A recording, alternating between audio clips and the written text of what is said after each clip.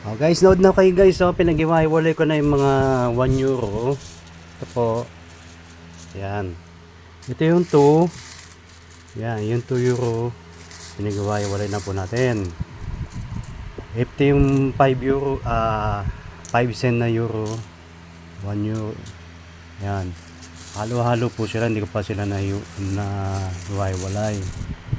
Yan. Pag iwalay na po natin, at yung ibang mga coins na ay bili ko na sa Plodin, sa Spar, na hulog ko na, nabili na po natin. Yan.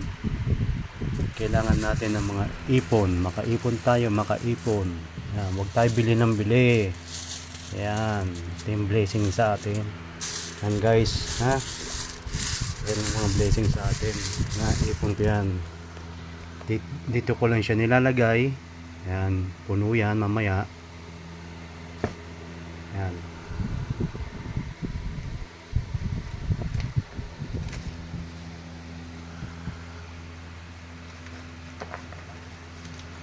Yan po yung mga ipon natin.